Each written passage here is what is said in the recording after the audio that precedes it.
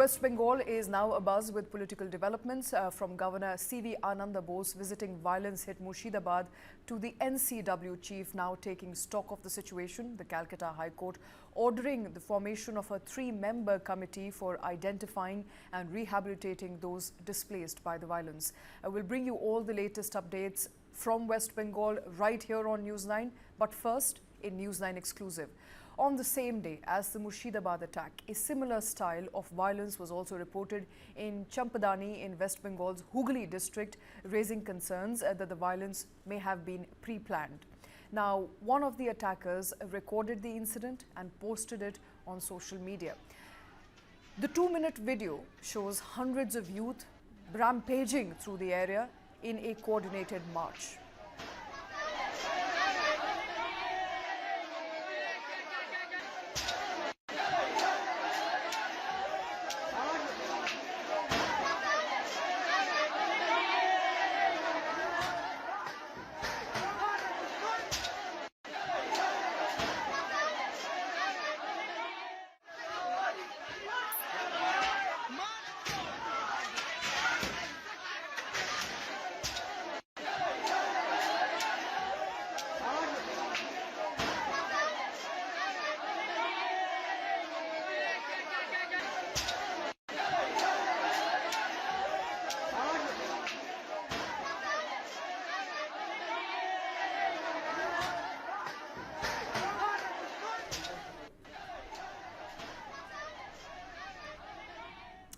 And 3 people were killed in Murshidabad attack while thousands fled their homes to escape the violence. But the latest that we know is on the same day as the Murshidabad violence, another attack in Hooghly, which seemed to be pre-planned and well coordinated, took place. News 9 now has exclusive footage of that attack.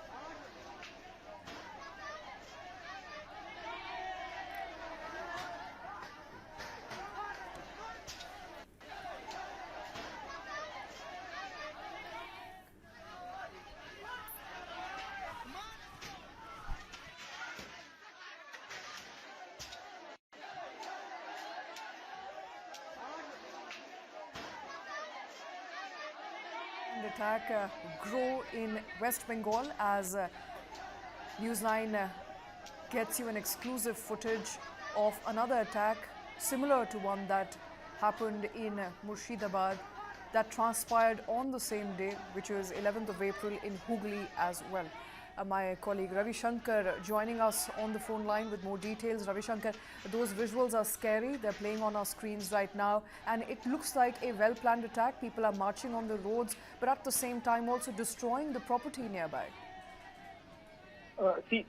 Basically, the attacks we have seen in Malda and Murshidabad, the same pattern you can see in this video of Hooghly Champdani. In fact, when the attack was going on in Murshidabad, at the same time the attack was going on in Hooghly Champdani.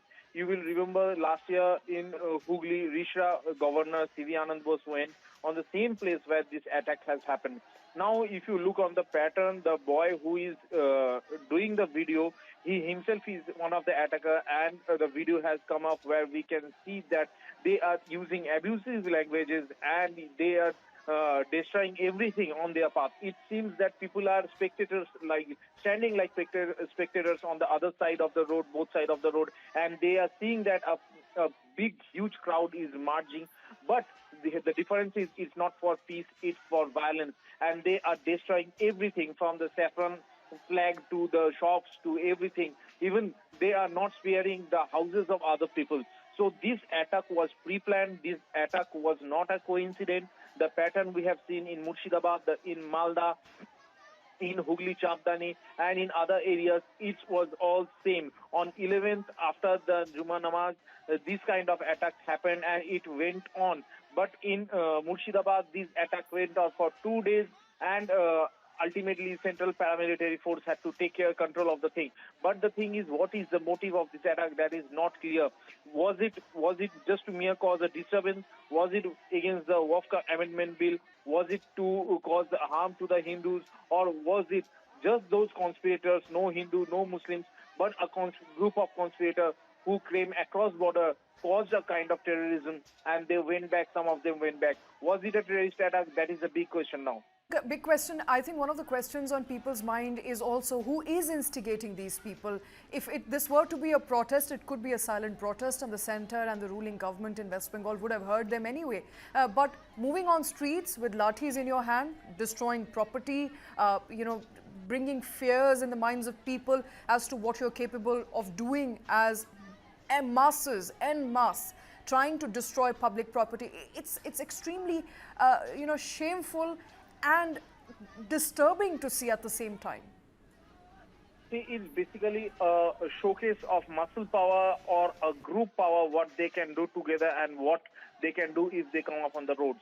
We understand that. But as you asked for, what is the motive? Who is behind all these things? Yesterday, we gave several news where we said that this is a planned attack from ISI and Ansarullah Bangla team. We have shown our our spectators, we have shown our people that what Rahmani was saying. He was continuously saying against India and to break India. So you can understand when these kind of videos come up, when a big planning is being done, where people from Maharashtra, people from Bangladesh come, have a 3 months of training. They take on the roads and do exactly what they are planned to do. They are being fed with money. They are being fed with inputs. They are being given the inputs like the Mumbai attack, seeing the news, what is happening on the streets, and you go and attack this. 170 calls has been intercepted by our security forces. So you can understand this is a big planned attack that has been done in and around West Bengal, in the sensitive areas of West Bengal. They were just looking for ignition of the thing, and they got the whole thing, and they attacked. But again, the motive was are they planning for the Great Bengal regime? Is it on their mind? Yes, it is on their mind, and they are just planning to do as to fulfill their wishes of the Great Bengal regime. That's what I think so. Instigating violence there and instilling fear in the minds of people of West Bengal. I'm not sure whose ambition that will fulfill and what kind of resistance is that. Rowdiness at its best, people destroying others' properties, marching through after offering the holy namaz. I don't think any religion teaches you that. And on your screens right now, a group of hooligans and not really people with a cause. But we're going to move on for now, sidestepping Chief Minister Mamata Banerjee's appeal to avoid visiting strife-torn Murshidabad immediately. West Bengal Governor, in fact, CV Ananda Bose, is on a 2-day ground zero visit which starts on Friday to make an objective assessment of the real situation.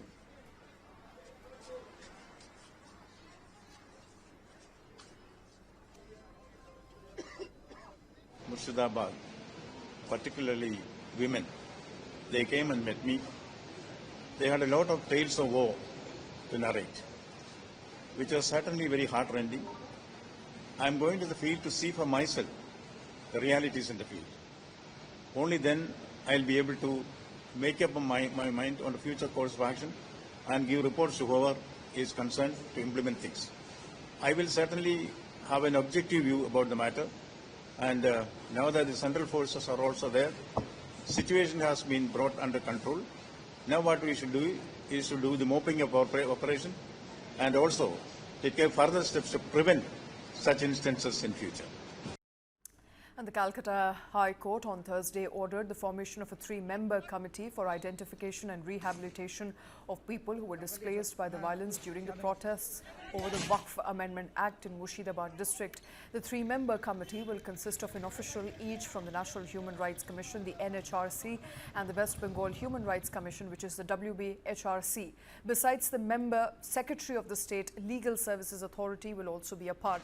The committee was directed to identify displaced persons, extent of the damage caused to properties of the victims, and also collect data of the FIRs lodged. Now, the Calcutta High Court has also stated that the central forces will remain in Murshidabad for some time to maintain law and order, and said that the court will monitor restoration and rehabilitation of victims. The court also ordered political parties to not make provocative speeches that could escalate tensions. Meanwhile, the National Commission for Women chairperson Vijaya Rahatkar arrived in Kolkata on Thursday evening to lead an inquiry into the recent violence in Murshidabad following the protests against Waqf Act. Now, Rahatkar, who is also a part of the probe committee constituted by NCW, will visit affected areas including Malda and Murshidabad over the next 3 days. She said her visit aims to boost morale of women who have been left traumatized by the recently unfolded communal unrest. जो हमने सुना है media की report के अनुसार कि महिलाओं का उत्पीड़न भी हुआ है और उसी के साथ साथ महिला बहुत भयभीत भी है। इन सभी स्थिति का हमें जायजा लेना होगा। प्रत्यक्ष शिविर में हम जाएंगे, उन महिलाओं के साथ बात करेंगे और स्थिति समझ कर लेंगे। पर अगर ऐसी इस तरीके की कोई उत्पीड़न की घटनाएं घटती है, महिला बहुत भयभीत है, तो ये घटनाएं नहीं होनी चाहिए, इसका संज्ञान हम जरूर लेंगे। And a team from National Human Rights Commission is also set to visit a refugee camp in Malda on Friday. The West Bengal police has so far lodged 60 FIRs in connection with violence in Murshidabad district, and the number of arrests has now climbed up to 274.